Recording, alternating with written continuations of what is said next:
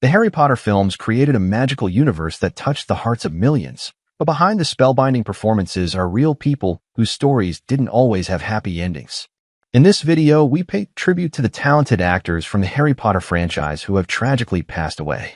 From iconic professors at Hogwarts to unforgettable supporting characters, these stars brought depth, warmth, and brilliance to their roles. While their journeys ended too soon, their legacy lives on through the magic they helped create. Join us as we remember their lives, their careers, and the impact they left behind.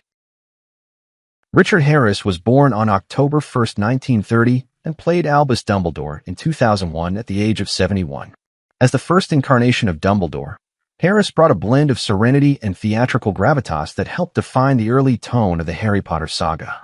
Yet behind the twinkle in Dumbledore's eye lived a man of tumultuous contradictions. Born into a strict Catholic family in Limerick, Ireland, Harris suffered a lonely, authoritarian childhood, marked by illness and alienation. He was bedridden with tuberculosis for over a year in his teens, which sparked a love for literature, but also a growing bitterness. He rarely spoke of the deep emotional neglect he experienced, but his lifelong battle with alcohol and rage traced directly back to those years. Though a gifted performer, Harris's career was repeatedly sabotaged by his own behavior. On multiple sets, including Mutiny on the Bounty, he was accused of drunken tirades, sexual misconduct, and physical fights. His biggest professional humiliation came with Bloomfield, 1971, which he directed, financed, and starred in. It flopped catastrophically, leaving him nearly bankrupt and blacklisted by major studios for years. His two marriages were deeply unstable. He allegedly cheated throughout both, and his sons later described their relationship with him as emotionally fractured. He was known to disappear for weeks on alcohol binges, leaving family and crews in disarray. In his later years, though he recovered some prestige, he battled Hodgkin's lymphoma privately while pretending to be healthy for the sake of the Harry Potter franchise. He died on October 25, 2002, in London, at the age of 72 from complications of the disease. At the time of his death, Harris owned luxury properties in the Bahamas and London, held a sizable art collection, and earned residuals from decades of work in music, theater, and film. His estate was valued at over $20 million, but his personal life was left in disrepair, with lingering family tensions and bitter, unresolved legacies. Maggie Smith was born on December 28, 1934, and portrayed Professor Minerva McGonagall in 2001 at the age of 67. Her performance became instantly iconic, stern yet fair, emotionally restrained yet deeply loyal, making McGonagall not just a head of house, but a symbol of wisdom and quiet rebellion in the Harry Potter universe. However, the woman behind the wand harbored decades of unspoken pain and professional conflict. Born into a rigid, emotionally cold family in Ilford, Maggie experienced isolation from an early age. Her father, a pathologist, was said to be overly critical and distant, while her mother pressured her into perfectionism, resulting in Maggie developing deep insecurities about her appearance and voice. Despite this, she ascended the theater ranks swiftly, though never without friction. She was known to be notoriously hard to work with, prone to walking out of rehearsals if she felt unchallenged, and openly criticizing directors she didn't respect. During the filming of the Harry Potter series, she secretly battled breast cancer, undergoing chemotherapy during the Half-Blood Prince, a fact she revealed only years later. Her refusal to appear fragile led to isolation from the younger cast, who saw her as untouchable. Her marriage to playwright Beverly Cross was turbulent. Insiders spoke of long periods of silence between them, and Maggie reportedly once referred to their union as more theatrical than most of my roles. She had two sons but rarely spoke about them in interviews, choosing instead to protect her privacy with a near-paranoid intensity. Behind her dry wit and regal poise was a woman who had spent decades keeping the world at arm's length. Maggie Smith passed away on September 27, 2024 in London at the age of 89, due to complications related to pneumonia and a long decline in health. Her net worth at the time of her death was approximately $40 million, including a West London estate, residual royalties from global Harry Potter and Downton Abbey syndication, and a private collection of first-edition literary classics. Robbie Coltrane was born on March 30, 1950, and portrayed Rubeus Hagrid in 2001 at the age of 51. As Hagrid, he gave the Harry Potter series its emotional heartbeat, gruff yet tender, a towering misfit who resonated with those who had ever felt out of place. But Coltrane's real life was far from a whimsical fairy tale. Raised in Rutherglen, Scotland, by a stern doctor father and a piano-playing schoolteacher mother, young Robbie was an overweight, sensitive boy who developed a biting wit to fend off bullies. His father's early death left a void he never filled. By his 20s, Coltrane had shed his birth name, Anthony Macmillan, for something grander, but behind the new identity lurked growing self-loathing, alcoholism, and volatile mood swings. Despite breakout roles in Cracker and Goldeneye, his career was punctuated by on-set outbursts and battles with producers. He once stormed off a TV set for being given what he considered a moronic script and was rumored to have been blacklisted by certain UK networks. His marriage to sculptor Rona Gemmell began with artistic fire, but dissolved into bitterness and estrangement by the early 2000s. Those close to him described a man torn between genius and self-destruction, whose children drifted further away during his reclusive final decade. His health collapsed rapidly. Crippling osteoarthritis confined him to a wheelchair, and he was beset by diabetes, heart problems, and chronic infections. He was also a lightning rod for controversy when he vocally supported J.K. Rowling during her polarizing comments on gender identity, which alienated younger fans and brought backlash. Still, he remained defiant. Robbie Coltrane died on October 14, 2022, at age 72, from multiple organ failure complicated by sepsis and heart block. At the time of his death, he owned a country estate in Larbert, residual rights from Harry Potter, and investments from past projects, totaling a net worth of approximately $4 million. His legacy remains bittersweet, celebrated for kindness on screen, haunted by turmoil off it. Richard Griffiths was born on July 31, 1947, and portrayed Uncle Vernon Dursley in 2001 at age 54. As Harry Potter's blustering, magic-fearing uncle, Griffiths made Vernon a grotesque but tragically human figure, embodying bigotry, fear, and the brittle masculinity of suburban England. Off-screen, Richard was a study in contradictions. Raised in poverty by deaf parents, he was forced to mature far too quickly, serving as their interpreter from a young age while silently enduring the cruelty of peers who mocked his weight and awkward speech. This early trauma bred a volcanic temper and an intense need for control. Though widely respected for his Shakespearean performances and stage presence, he developed a reputation as temperamental and unpredictable. He once halted a West End show mid-performance to berate an audience member for texting, an incident hailed by fans but whispered among colleagues as another example of his volatility. His greatest professional setback came in the early 1990s, when he was dropped from a major British drama following allegations of inappropriate behavior toward junior cast members, allegations that never led to formal charges but effectively blacklisted him from several networks for years. His marriage to Heather Gibson was distant, the two often lived separately, and friends claimed Richard spent most of his time alone, obsessively reading and retreating from social interaction. He had no children and was known to express deep regret about this in private letters later auctioned posthumously. Griffiths struggled with obesity, diabetes, and recurring depression throughout his final years. He died on March 28, 2013 in Coventry at the age of 65 due to complications following heart surgery. His estate, estimated at $5 million, included a London townhouse, a substantial investment in theater rights and royalties, and a personal collection of vintage rare books and stage memorabilia. His death was mourned deeply by theater circles but left behind a complex legacy, a man both loved and feared, celebrated yet haunted, whose formidable talent masked a life of deep emotional wounds and private regrets. Vern Troyer, born on January 1, 1969, portrayed Griphook the Goblin in Harry Potter and Philosopher's Stone 2001, at the age of 32, lending his distinctive physical performance to a character defined by cunning and mistrust. While his voice was later dubbed by Warwick Davis, Vern's expressive gestures and unique presence made Griphook unsettling and unforgettable. Behind that performance, though, was a deeply tortured soul. Born with cartilage hair hypoplasia, Vern stood at just 2 feet 8 inches and endured relentless bullying, medical complications, and social isolation throughout childhood in Sturgis, Michigan. His parents were loving but overwhelmed, and Vern often described growing up feeling like a burden. After breaking into Hollywood through stunt work and niche acting gigs, his breakout role as Mini-Me in Austin Powers launched him into instant fame. But that success brought demons. Vern struggled with alcoholism for decades.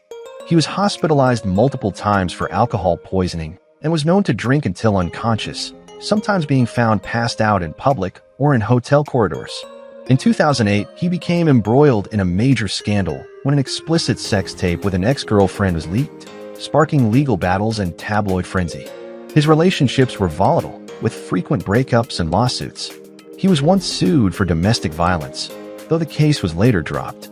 Vern often masked his pain with humor, but behind closed doors he attempted suicide multiple times and battled crushing depression. Friends claimed he felt fetishized by Hollywood and used only for novelty. Despite living in a luxury condo in LA, his life was lonely, estranged from siblings, unmarried, and without children. On April 21, 2018, he died of alcohol poisoning at age 49 in Los Angeles. His death was officially ruled a suicide. His net worth at the time of death was estimated at $10 million, including property, residuals from Austin Powers, memorabilia, and licensing deals. Derek Deadman, born on March 11, 1940, portrayed Tom the bartender in Harry Potter and the Philosopher's Stone 2001 at the age of 61. As the slightly hunched, bug-eyed innkeeper of the Leaky Cauldron, Tom brought comic relief and a touch of the bizarre to the film's early magical sequences. Though his screen time was limited, fans remember him fondly for the unsettling yet strangely endearing way he introduced the wizarding world. Off-screen, Derek's life was anything but whimsical. He was raised in a cramped tenement in Fulham, London, in a dysfunctional working-class household where domestic violence was a regular occurrence. His father, an ex-military man traumatized by war, turned to drinking and often took out his rage on his children. Derek left school at 14, bounced through factory jobs, and even spent time homeless before stumbling into acting through fringe theater.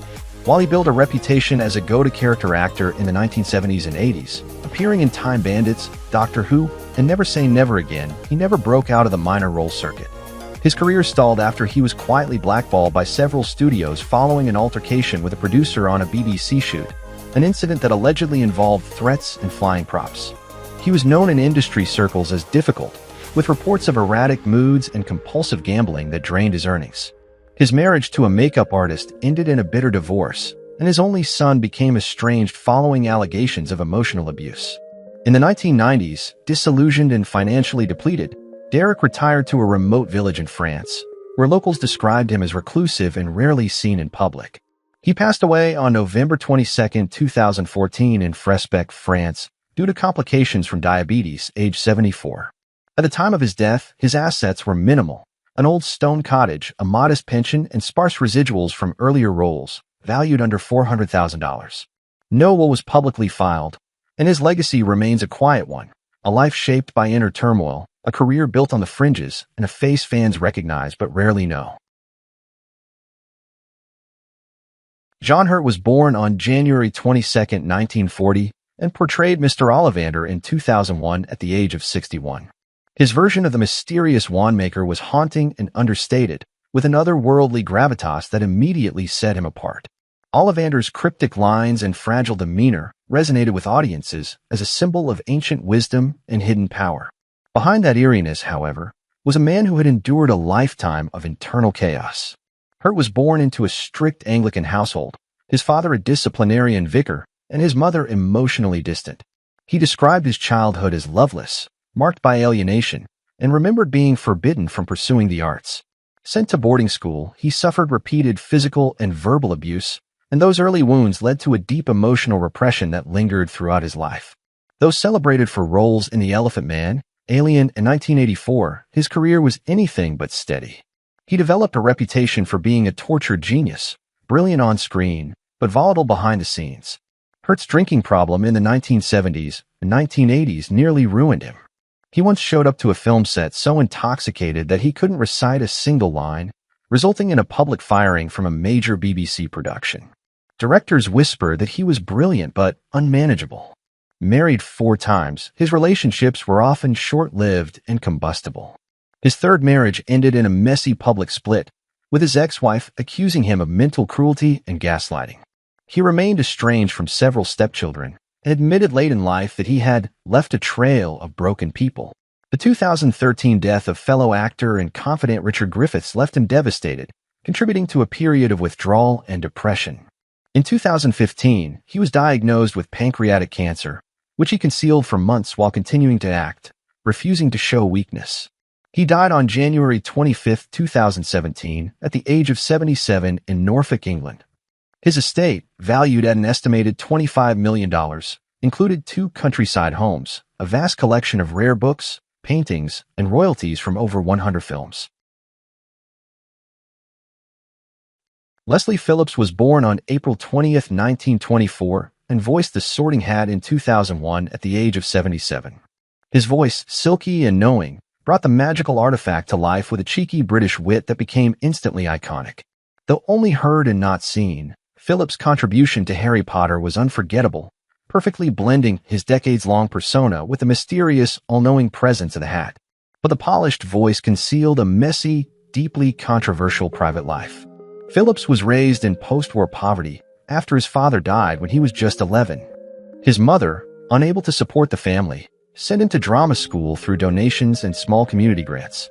He found fame early, but success turned him into a caricature, the eternal flirt, the suggestive comedian. While the public laughed, industry insiders spoke of darker patterns.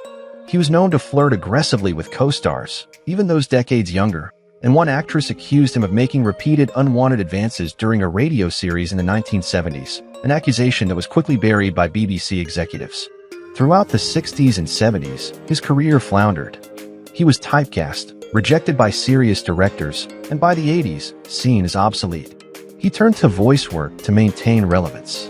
Phillips married 3 times, each relationship marked by gossip and infidelity rumors.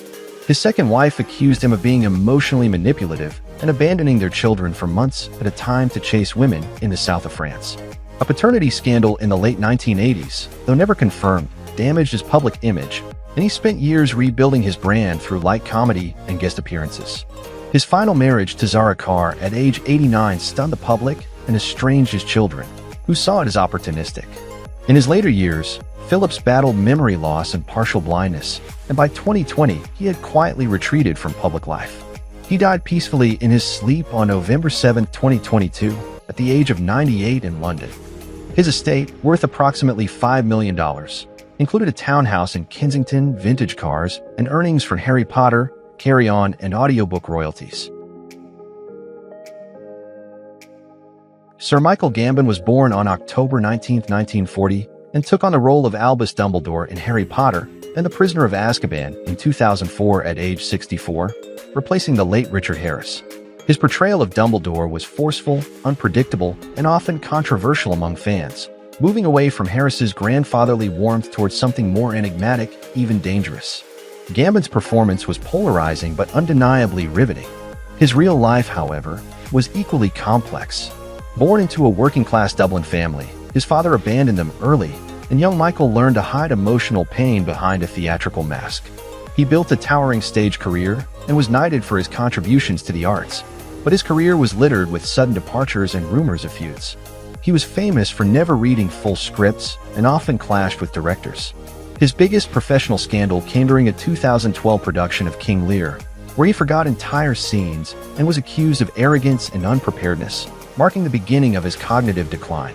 Privately, he maintained a double life for over a decade, fathering 2 sons with set designer Philippa Hart while still married to his wife of decades, Anne. The secret was exposed in tabloids in 2002, sending shockwaves through the theater world. In his final years, Gambon battled memory loss, paranoia, and depression, quietly retreating from the public eye. He died on September 27, 2023, at age 82 from pneumonia in a hospital in Witham, Essex. At the time of his death, he left behind a sprawling estate estimated at £15 million, including a London townhouse, a countryside villa, several classic cars, and a valuable art collection. Yet his legacy remains conflicted, an acting titan whose genius was matched only by his eccentricity and emotional distance.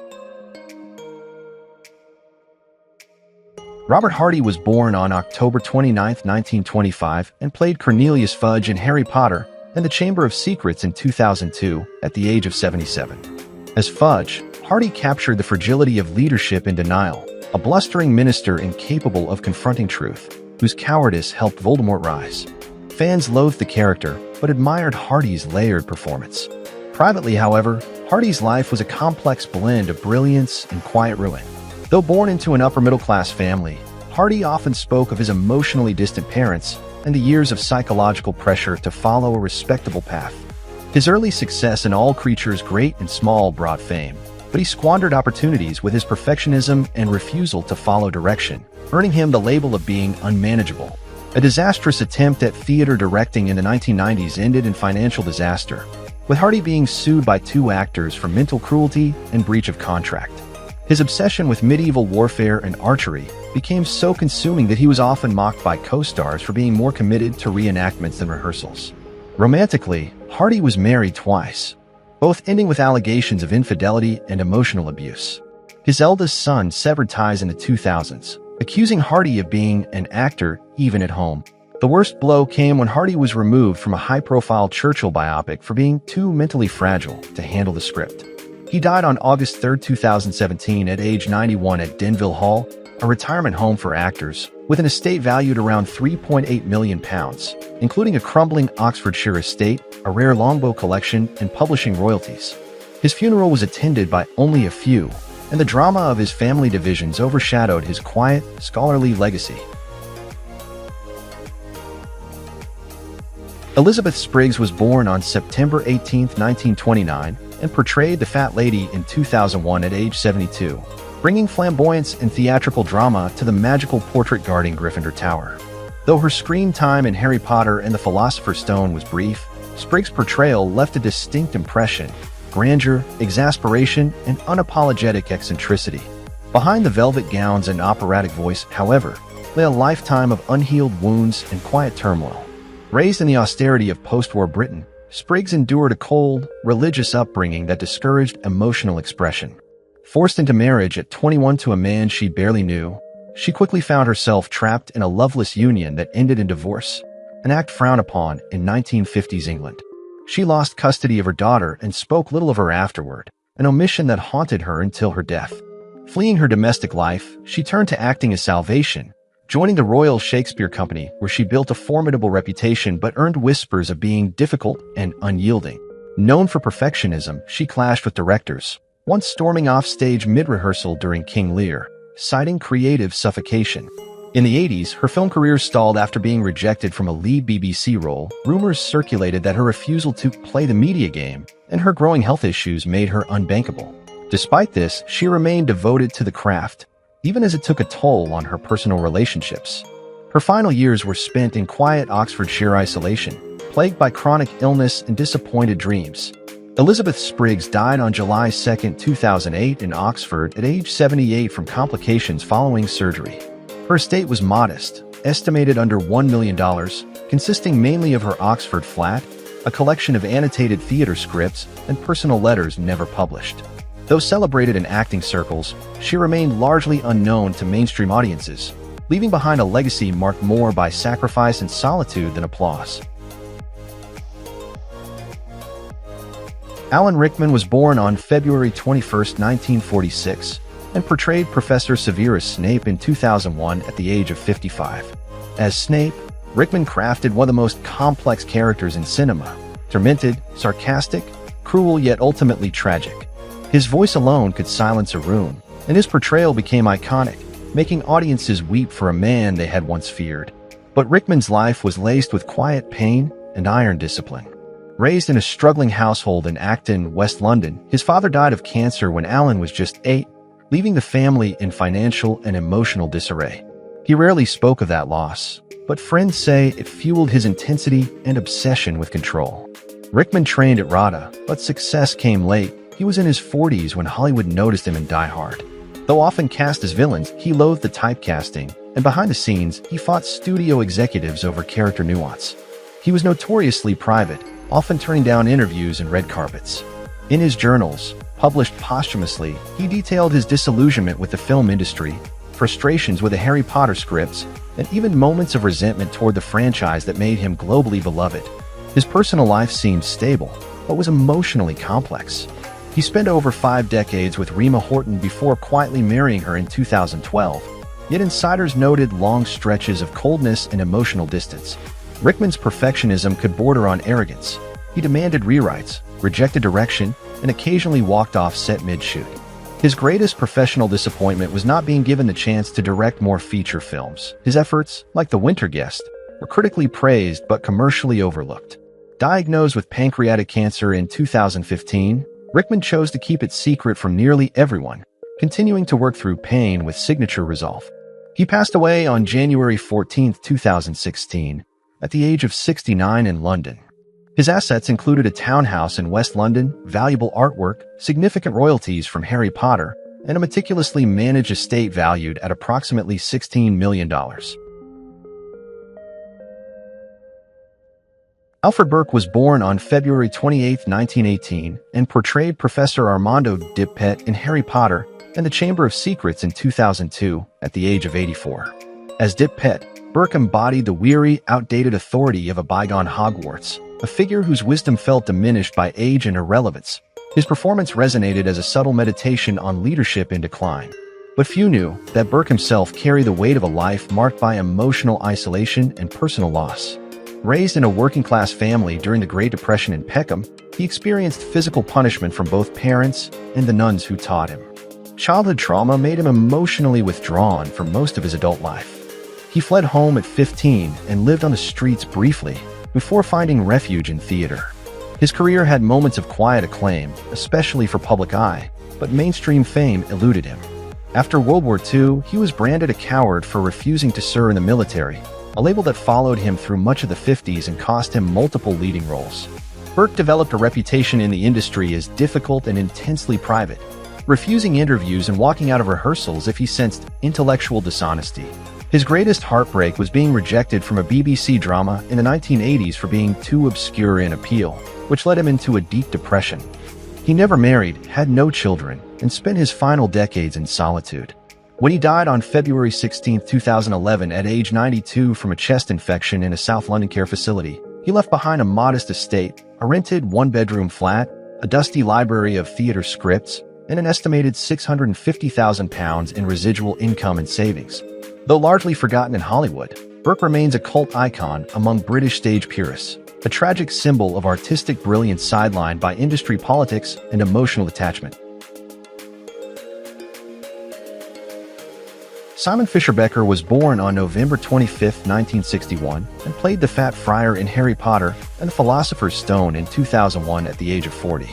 With warmth and gentle mischief, his portrayal of the jolly Hufflepuff ghost was brief but memorable, capturing the inclusivity and good nature associated with the house. But the brightness he brought on screen masked a life punctuated by suffering.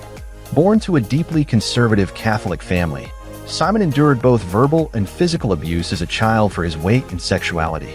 He lived closeted for years under immense pressure, and his father disowned him at 18. The trauma pushed him toward performance, but even as he found comfort in theater, his large frame and flamboyant style limited his roles. Casting directors reduced him to stereotypes or passed over him entirely. He fell into depression in the late 90s, compounded by an unprovoked assault in 2009 that left him with a spinal injury and chronic pain. Despite these challenges, he found joy in his marriage to Anthony Dugdale and became a vocal LGBTQ+ advocate in fan communities. Still, he faced financial instability, relying on convention appearances and small voiceover gigs to stay afloat.